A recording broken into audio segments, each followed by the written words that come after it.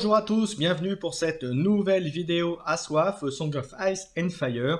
Et aujourd'hui, je vous propose de parler de la maison Martel, la nouvelle maison qui devrait arriver prochainement dans nos contrées, tout d'abord en VO et j'espère très rapidement derrière en VF. Alors, je vais procéder de la même manière que lorsque je fais une analyse de faction avec les éléments dont je dispose aujourd'hui, c'est-à-dire les éléments qui ont été montrés, découverts avec les différents leaks qu'on appelle, les différentes previews qu'on a pu avoir. Donc, à quelques exceptions près, je vais être le plus complet possible, mais en tout cas, je pense que ça vous permettra de vous faire une idée, un avis sur cette faction qui est la maison Martel. Allez, je vous propose qu'on en commence juste après le générique.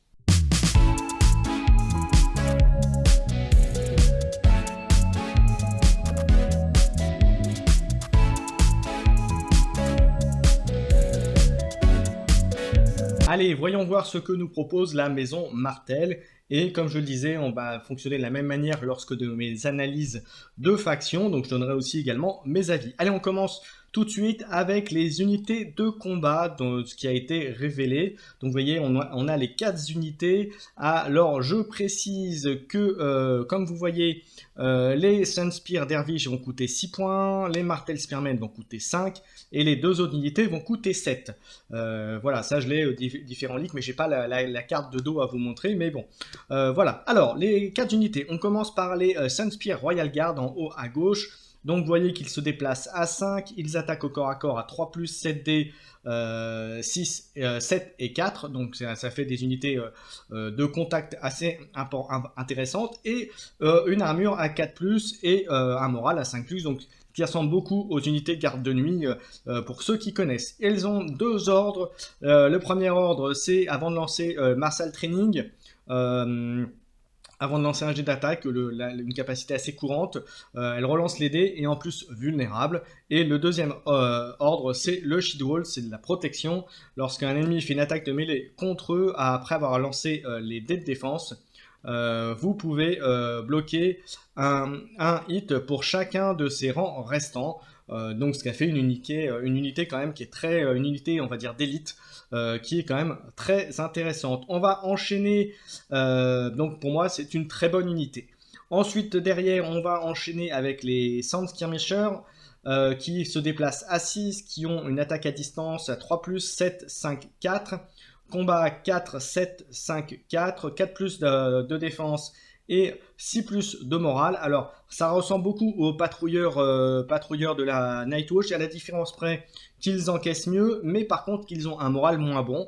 Mais à côté de ça, ils ont 2 capacités qui sont plutôt très bonnes, à savoir la première, comme les patrouilleurs de la garde de nuit, après qu'ils font une manœuvre ou une action de retraite, ils font une action d'attaque à distance. Par contre, ils n'ont pas, comme vous avez les patrouilleurs, n'ont pas la capacité de faire une action de retraite une fois qu'ils ont fait une attaque de mêlée. Donc, ce qui fait que c'est une combinaison un peu moins forte, on va dire, sur la carte. Néanmoins, ils ont le deuxième ordre qui est l'ouverture de scout, hein, qui fait que vous ciblez un ennemi qui est à longue distance et jusqu'à la fin du tour, les unités amies qui attaquent cet ennemi peuvent relancer leur attaque et gagnent précision, ce qui fait que c'est quand même une ouverture, une possibilité assez forte. Voilà, si vous voulez cibler une unité même temps qu'il un adversaire avec précision, vous êtes sûr de lui, normalement, de lui faire mal. Donc c'est plutôt sympathique. 2 unités, donc ces deux-là qui sont à 7 points.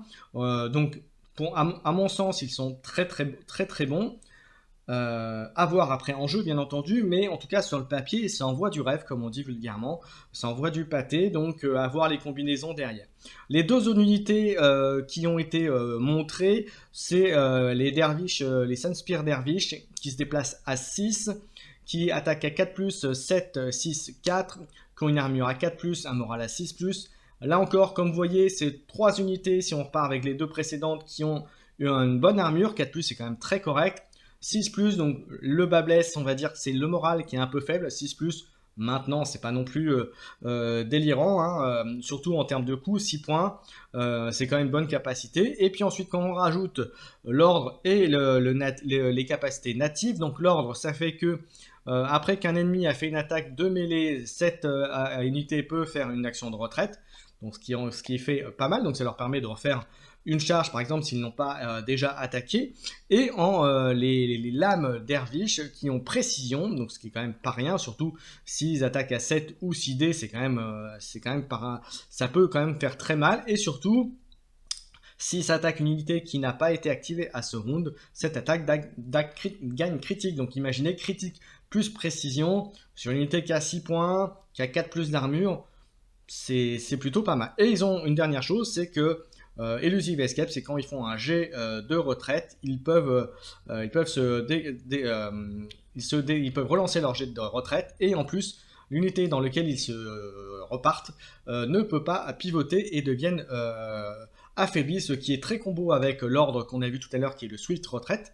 Donc, l'unité, à mon sens, vaut largement les 6 points et à mon avis va être, avec les Sunspear Royal Guard, je pense, les deux unités clés de la faction. Alors, on pourrait dire les Sandskirmishers, oui aussi, certainement. Voilà, avoir les combos, mais en tout cas, les 3 unités me paraissent très très fortes. Et puis encore une fois, les Sunspear Dervish pour 6 points.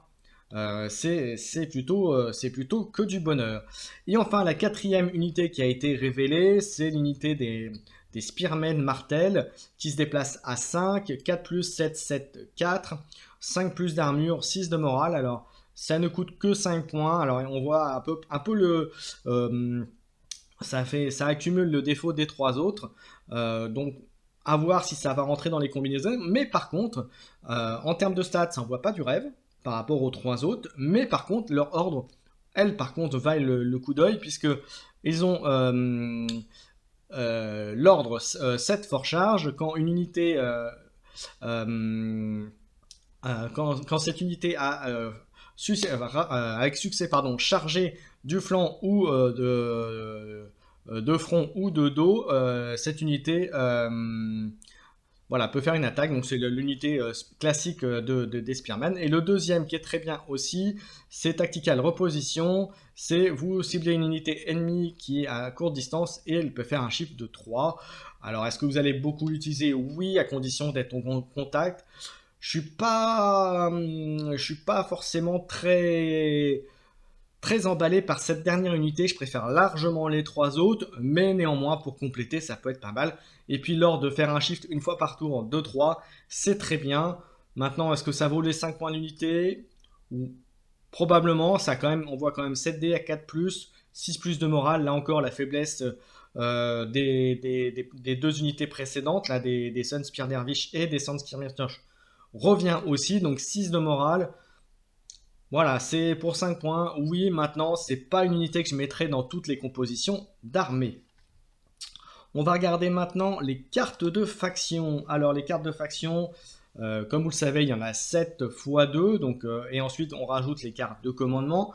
Alors, la première, c'est les dunes tactiques. C'est quand un ennemi fait une action de mêlée avant de lancer les dés. Si le défenseur a le même nombre ou plus de rangs détruits que l'attaquant, lance sa valeur d'attaque la plus faible, donc c'est plutôt très sympa pour de la défense. Et si en plus vous contrôlez la couronne, après que l'attaque a été faite, l'attaquant devient paniqué et vulnérable, donc c'est une bonne capacité de défense, voilà, à utiliser correctement, mais c'est une bonne carte de défense. Ensuite, Cunning Ploy, donc, alors, je précise, c'est que de la VO, puisque les informations, les cartes, ce qu'on a eu, tout ça était en VO, donc c'est en VO. Maintenant, comme vous le savez, c'est pas très dur de traduire non plus. Cunning Ploy, donc quand une unité amie de combat s'active, cette action ne peut pas faire d'action pendant ce tour, mais vous pouvez cibler une autre unité amie de combat. Cette unité fait une action de manœuvre, une marche ou une action de retraite. Donc c'est plutôt pareil, très très fort. À utiliser, je pense vraiment avec la dernière unité de combat qu'on a vue juste avant, les Spearmen. Maintenant, ça peut être très bien, hein. Ça peut faire le café, ça peut sortir une unité d'une mauvaise situation, permettre de repositionner une unité qui serait mal engagée, que vous auriez mal comment dire, déployée au départ. Donc c'est plutôt pas mal, ça permet de contrer pas mal d'actions même de votre adversaire. Et là encore, si vous contrôlez sur cette carte, si vous contrôlez la couronne, avant que le faire cette action, un ennemi à longue distance devient vulnérable. Donc là encore, voilà, c'est très bien, c'est deux effets en une si vous avez la couronne, donc encore une fois, mais bon, ça reste très intéressant. Ensuite, la troisième carte, Unbound, Unbent, Unbroken, donc le dicton, on va dire le proverbe de la maison Martel, c'est au début d'un tour, vous ciblez une unité amie qui est quand une unité ennemie fait un texte de panique, après que les dés ont lancé, vous pouvez relancer n'importe quel dé de cette unité. Et si vous contrôlez les épées, vous passez ce test automatiquement. Et vous ciblez sinon une autre unité à longue distance de cette unité. Donc là, vous faites donc le test de panique. Et vous lui attachez cette carte. Et cette unité, jusqu'à ce qu'elle soit ciblée par les effets de l'épée, de la zone tactique de l'épée. Voilà, elle a un malus qui sera de -2 à ses jets de panique, de test de morale de panique. Donc vous voyez, c'est quand même pas rien. C'est une carte qui aurait aussi bien sa place en Lannister, hein, petite dédicace au joueur Lannister, mais néanmoins, voilà, pour les martels, c'est plutôt sympathique. N'oubliez pas néanmoins que ce n'est pas le point fort des martels, puisqu'on a vu qu'ils avaient 6 de morale sur 3 unités, 6 de morale et sur une avec 5. C'est pas le point fort des martels, mais ça permet de compenser un petit peu tout ça. Ensuite, on a la carte suivante, Centre Diplomatie. Au début d'un tour, votre adversaire choisit une zone tactique et ensuite vous en choisissez une. Et la première fois qu'une de ces unités est prise par une unité non combattante, avant de résoudre cet effet, l'unité NCU, donc non combattante de votre adversaire, perd toutes ses habilités jusqu'à la fin, ou le vôtre d'ailleurs, parce que c'est pas précisé, hein. Le NCU qui prendra une des deux zones perdra ses capacités jusqu'à la fin du tour, et une unité de votre adversaire deviendra affaiblie. Voilà, on continue avec Superior Positioning. Alors, ça fait quand une unité ennemie fait une action de charge, avant que cette action soit résolue, si cette unité charge une unité de front, il subit une charge ratée sur un score de 3 ou moins. Et s'il rate cette charge, ils deviennent vulnérables. Donc c'est le double effet qui se coule, comme on dit. Voilà, donc c'est bien. Et il y a beaucoup de situations où cette carte sera utilisée. Ensuite, on a le Ronige Vengeance. Alors, je m'excuse pour la prononciation. C'est au début d'un tour, vous ciblez une unité ennemie et vous lui attachez cette carte jusqu'à la fin de la partie. Quand une unité amie d'infanterie ou de cavalerie est détruite, alors sachant que pour l'instant, il n'y a pas d'unité de cavalerie révélée en martel. Maintenant, vous pouvez jouer les unités neutres, hein, comme les Bolton ou les unités zèbres. Alors, il fait donc quand une unité d'infanterie amie ou de cavalerie est détruite, vous mettez un ordre token, un jeton ordre sur cette carte, et quand la carte sur laquelle a été attachée a un token, pour chaque attaque de G de 1, ils subissent une blessure, et si en plus votre adversaire contrôle la couronne, et chaque fois que cette unité est ciblée par une zone tactique, ils subissent une blessure. Donc vous voyez, c'est les effets qui se coulent, ça se cumule. En gros, c'est pour pourrir une unité ennemie, hein, clairement. Voilà, donc à vous de cibler celle qui correspond. Alors ça peut être intéressant de le faire sur des unités très tanky, qui ont une bonne armure, pour justement leur faire des blessures automatiques.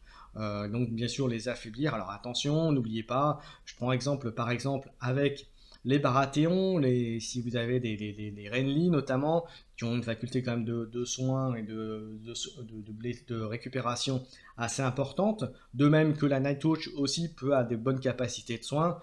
Donc à vous de cibler correctement et de le faire dans le bon ordre pour maximiser les dégâts sur l'unité que vous allez cibler. Et enfin la dernière carte, Rising Temperature, température montante. Quand une unité ennemie s'active, vous lui attachez cette carte et jusqu'à ce qu'elle soit ciblée par l'épée, tant que ça sachez, ils subissent des effets correspondant au nombre de rounds. Donc en tour 2, l'unité ne peut pas être ciblée par des cartes tactiques amies. L'unité au tour 3, l'unité subit -1 au toucher. Et au tour 4, ne peut pas se soigner. Donc c'est quand même très très fort. Voilà. Attention néanmoins, parce que c'est une carte à bien utiliser. Bien sûr, c'est des effets qui se cumulent.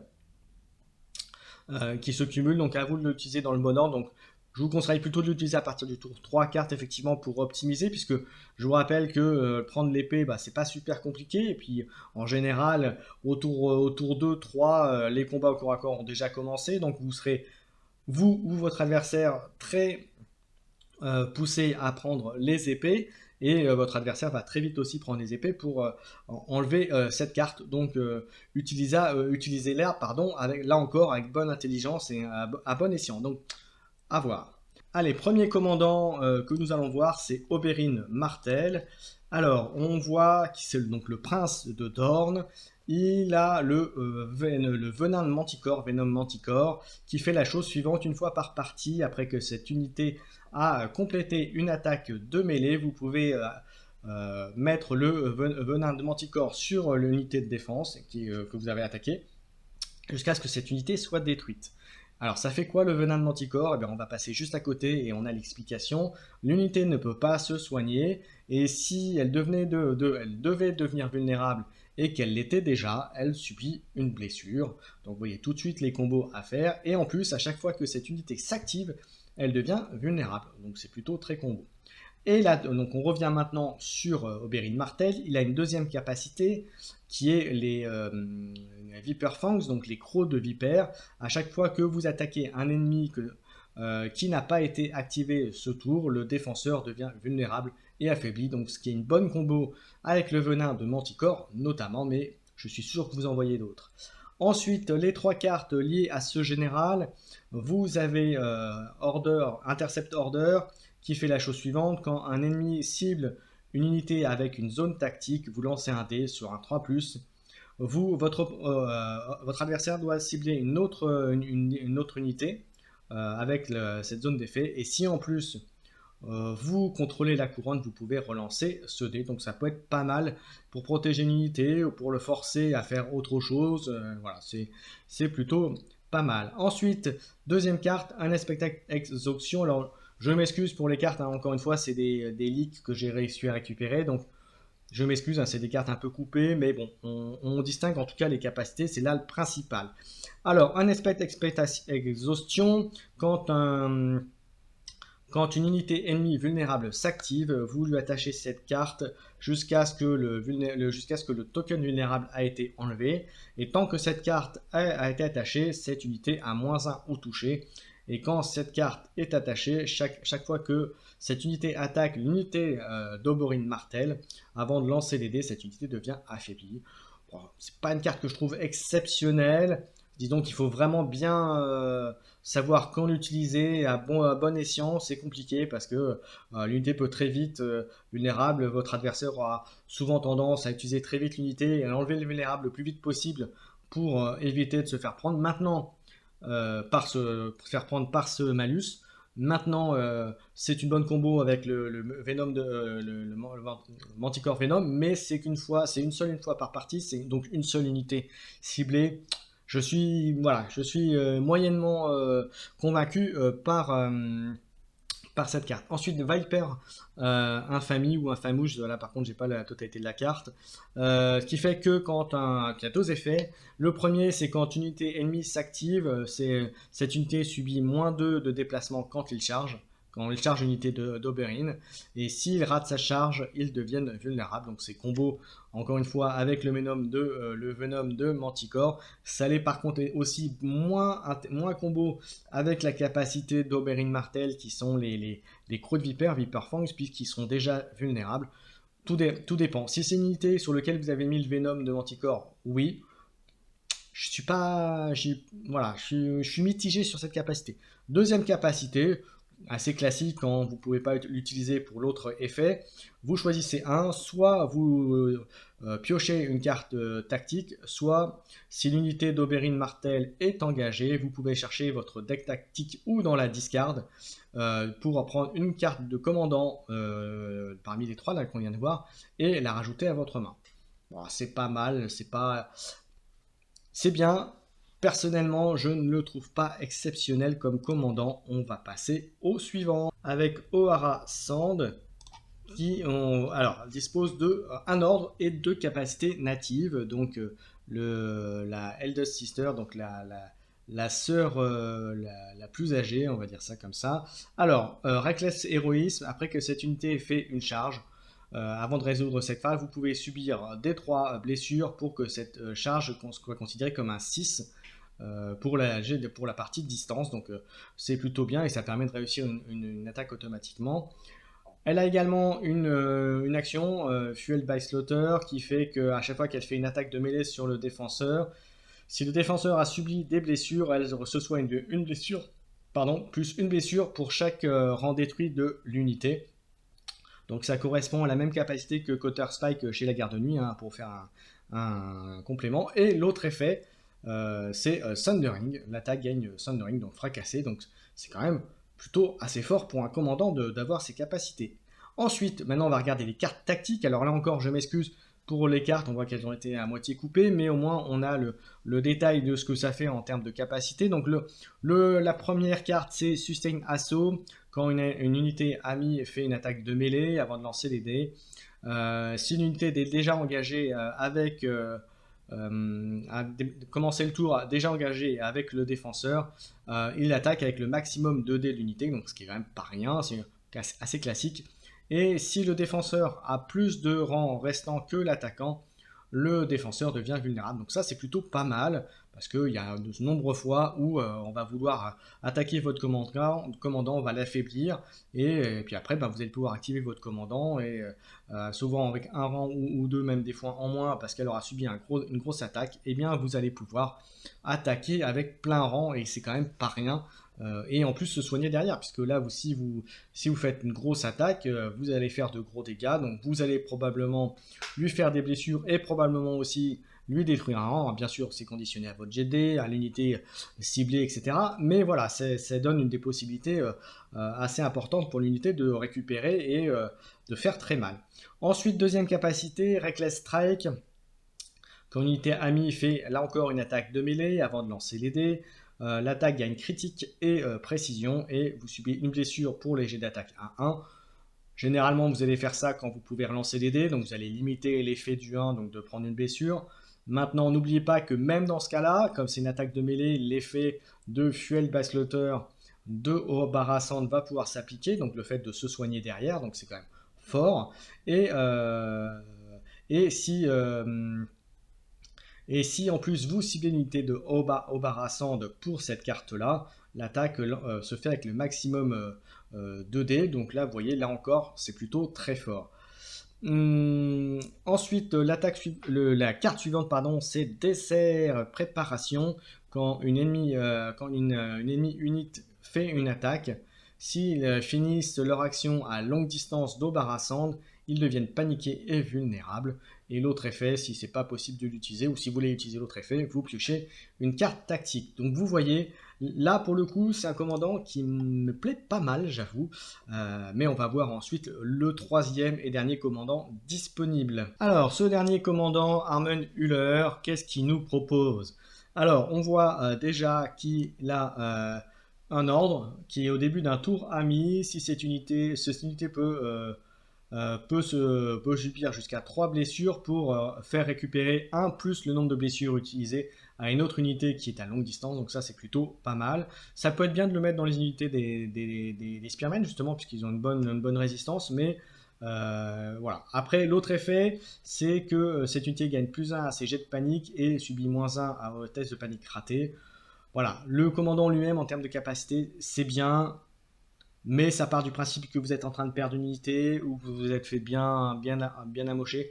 Ça donne une survivabilité intéressante. Maintenant, est-ce que c'est vraiment ça qui peut faire la différence? Je ne suis pas sûr. Au niveau des cartes tactiques, Speedful Truce, quand un ennemi fait un test de morale, vous ciblez une unité amie qui est à longue distance de cette unité. Il se soigne de 2 blessures plus une blessure pour chacun de leurs rangs détruits. Donc là pour le coup c'est plutôt très fort. Voilà, ça donne une... Voilà, ça, déjà la capacité de Harmonuller de l'ordre permet de faire un soin, mais là vous en faites en plus par une carte de commandant. Donc je rappelle que cette carte vous l'avez en 2 fois dans vos paquets tactiques. Donc ça fait du bien. Deuxième carte, Battle Endurance. Vous ciblez au début d'un tour ami, vous ciblez une unité de combat ami, vous lui attachez cette carte jusqu'à la fin de la partie. Et tant qu'elle est attachée, à chaque fois, les unités de mêlée de cette unité gagnent les bonus suivants basés sur le round, le tour dans lequel vous êtes.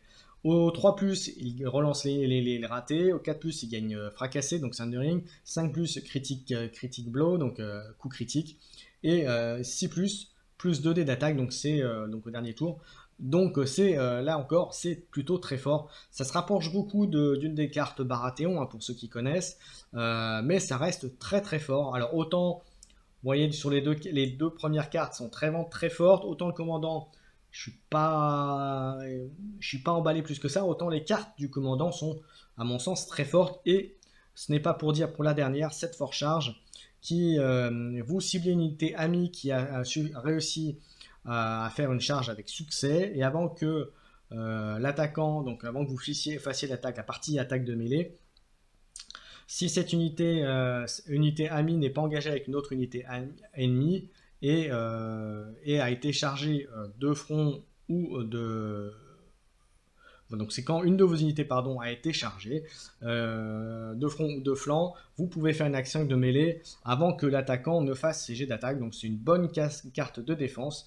Voilà, elle est un peu moins forte que les deux autres, mais ça reste fort de pouvoir, au moment où vous êtes chargé, faire une attaque avant les autres. Surtout avec les unités de combat que vous avez pu voir dont disposent les martels. Donc voilà pour les commandants. On va pouvoir passer aux unités d'attachement.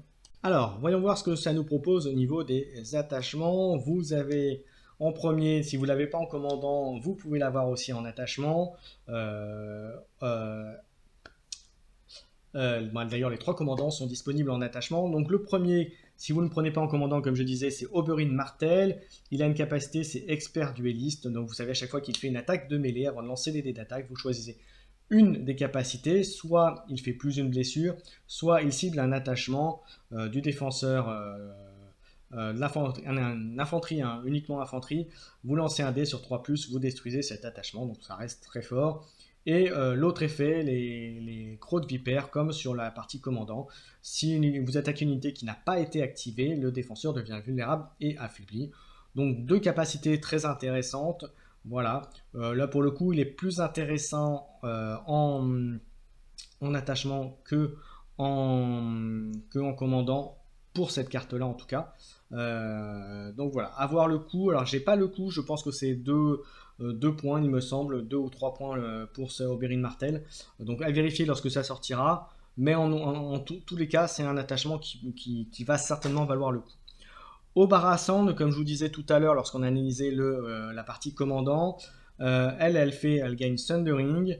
Et à chaque fois qu'elle s'active, si elle peut charger un ennemi, elle doit faire un test de morale sur un. Si elle rate, elle doit faire une action de charge sur l'ennemi qui est le plus proche. Et par contre, elle compte comme si elle avait fait un 6 pour la charge. Là, pour le coup, en attachement, ça vaut moins le coup. Alors oui, ça donne Thundering. Est-ce que vraiment les unités qu'on a vues tout à l'heure, les unités de combat, en ont vraiment besoin? Oui et non. Voilà, c'est plutôt pas mal. Avoir le coup, pareil, avoir le coup de l'unité, donc je ne l'ai pas. Mais en tout cas, en termes d'attachement, je suis moins emballé. Je le préfère en commandant qu'en attachement, clairement. Allez, pour finir les commandants, on va faire Harmon Miller, qui est en bas au milieu. Lui qui vous donne la Dornish Conviction. Si vous contrôlez la couronne, l'unité attaque avec l'attaque la plus forte. c'est très bien. Et à chaque fois que cette unité s'active, elle se soigne de une blessure. Et si vous contrôlez la couronne, elle se soigne de plus une blessure. Donc là encore, c'est plutôt pas mal. Mais ça peut être bien si vous n'utilisez pas en commandant. Mais encore une fois, comme je vous disais, dans les commandants, je suis plus fan d'Oberasand et de Harmen Müller que d'Oberyn Martell. Donc à vous de voir en fonction du commandant que vous choisissez à jouer. Alors ensuite, les autres attachements disponibles. On va commencer par le Dervish Captain en dessous de Oberyn Martell sur votre écran. Qui lui a l'ordre, le saut Discord. Vous ciblez donc en ordre, vous ciblez un ennemi qui est à longue distance, il fait un jet de morale à -1 pour chacun de ses rangs détruits, et s'il rate, il perd toutes ses capacités jusqu'à la fin du round et disrupte une unité qui est engagée avec elle à -1 au toucher. Donc c'est un bon capitaine, avoir le coup, ça peut être pas mal. Comme vous le savez, qu'il y a beaucoup d'unités qui ont des capacités assez embêtantes, c'est chiant, on va dire ça comme ça, si on me permettait l'expression, hein, en restant poli. Voilà, donc il y a de quoi faire, il y a de quoi comboter avec ce capitaine. Ensuite, le capitaine Spearman qui est juste à côté, lui, il a un ordre menacé, Fritten. Quand cette unité s'active, vous ciblez un ennemi qui est là à longue distance, il devient affaibli. C'est pas mal, c'est conditionnel. Je préfère les autres attachements qu'on a vu un petit peu avant. Voilà, je suis pas super fan de ce capitaine-là en tout cas. Ensuite, on va prendre un Nymeria Sand qui est au-dessus de Harmen Müller. À l'avantage strike, quand vous attaquez un ennemi qui n'a pas été activé à ce tour, cette unité peut relancer les attaques de mêlée, donc ce qui est très très fort. Et en plus, Dornish Vengeance, après que cette unité est attaquée avec une attaque de mêlée, si vous contrôlez les épées, l'attaquant subit 2 blessures plus une blessure par chacun des rangs détruits de cette unité. Donc ça peut faire très mal. Avoir le coup de l'attachement, mais c'est plutôt pas mal. Ensuite, on a juste à côté, on a Aero Ota, le Outful Juggernaut. Alors, il a 2 ordres. La première, c'est l'ordre Battle Plan. Au début d'un tour, vous discardez 2 cartes tactiques pour chercher dans votre deck et rajouter une carte et la mettre dans votre main. Alors, c'est cher payé de défausser 2 cartes pour en prendre une, ça peut être très bien si vous voulez une carte bien spécifique. Maintenant, c'est cher payé quand même parce que si vous utilisez bien vos cartes, vous vous rendez compte souvent au tour, si la partie se prolonge au tour 5-6, vous pouvez être à court de cartes ou pas loin, ça peut être problématique. Maintenant, c'est un moyen de cycler son deck et d'avoir très vite la carte que vous voulez, donc pourquoi pas. Et la deuxième chose, c'est marquer la cible, marque target. Au début d'un tour ami, vous ciblez une unité ennemie qui est dans sa ligne de vue et à longue distance, il devient vulnérable. C'est bien, ces 2 effets qui sont bien, est-ce que ça va valoir vraiment le coup par rapport à ce qu'il y aura en jeu? Je pense que c'est une unité, un attachement qui sera vraiment conditionné à comment vous allez monter votre liste. C'est pas mal, mais ça pourrait être mieux, comme tu dirais. Et c'est surtout, c'est que 2 ordres. Donc il n'y a pas de capacité native, donc c'est ça qui me dérange un peu dans cet attachement. Et enfin, le dernier attachement, c'est Elias Sand. Sand Snake, qui donne en effet natif précision. Cette unité gagne précision, donc c'est plutôt très bien. Et l'autre effet, c'est Bolsto's Charisme. Et là, c'est un effet qui est très très bien, que je trouve assez fort. Cette unité ne peut pas être ciblée par les ordres ennemis tactiques ou les influences des ennemis, des unités non combattantes ennemies. Donc ça, c'est très très fort. Si vous voulez protéger une unité qui est cruciale à votre liste, à votre armée, eh bien, je ne saurais trop que vous la conseiller. Là encore, relativiser tous mes propos par rapport aux coups qu'il y aura. Alors là, pour le coup, je ne les sais pas encore. Mais en tout cas, encore une fois, ça vous donne une bonne idée de ce qui est possible avec l'armée.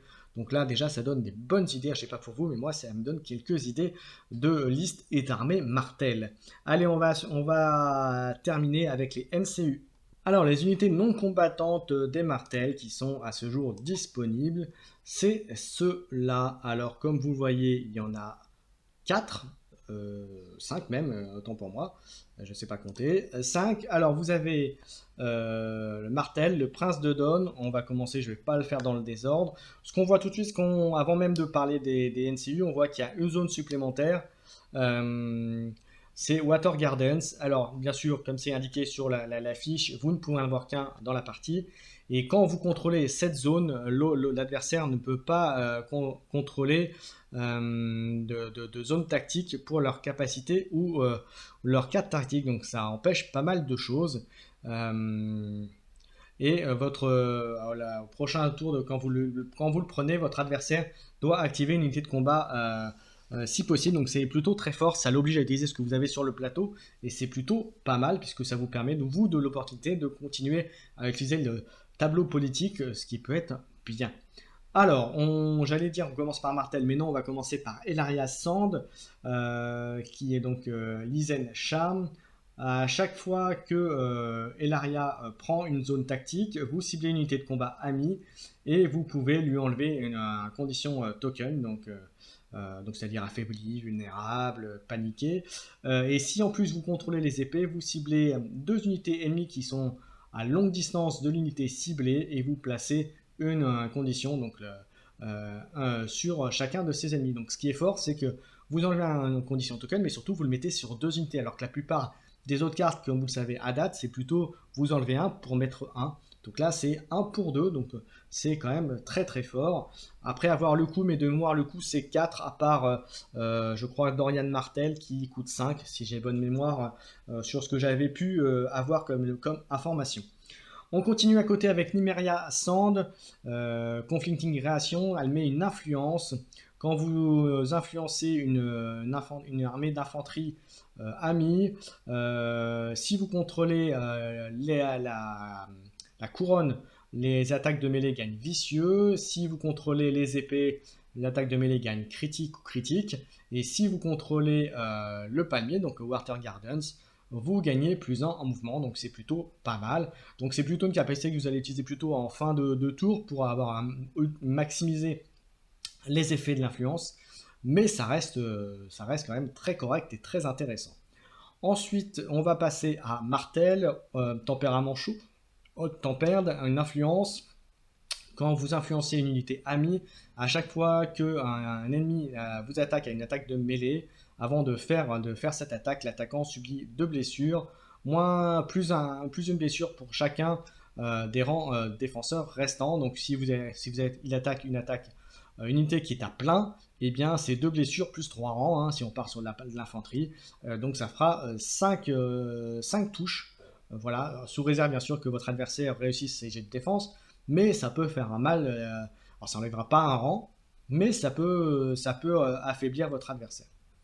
Ensuite, on passe à Tien Sand. Alors, ça fait beaucoup de débats actuellement sur comment dirais-je, sur les forums parce que c'est un NCU qui va être une tuerie, on va dire ça comme ça, et qui va bien être embêtant pour beaucoup de monde.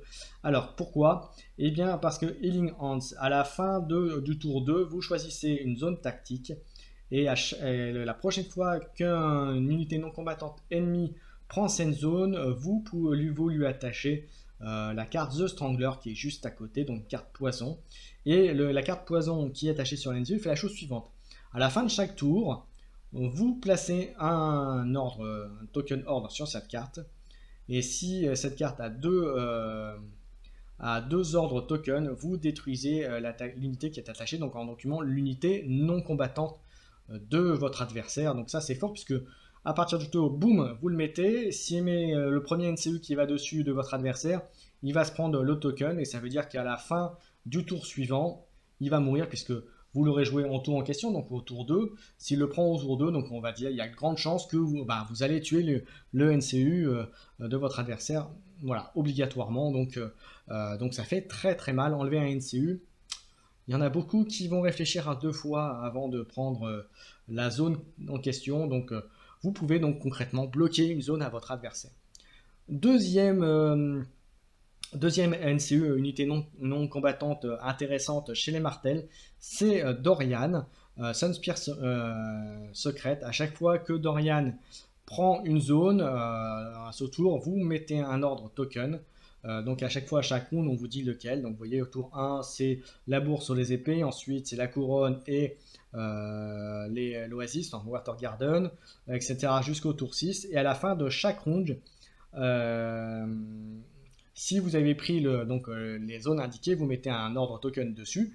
Et à la fin de chaque ronde, s'il y a 2 ordres tokens ou plus sur Dorian, vous gagnez 2 points de victoire. Donc concrètement, vous pouvez gagner à partir du tour 2, si vous avez bien joué et utilisé et pris les bons emplacements, vous pouvez gagner jusqu'à 6 points de victoire. Alors attendez, 2, 3, 4, 5, 6.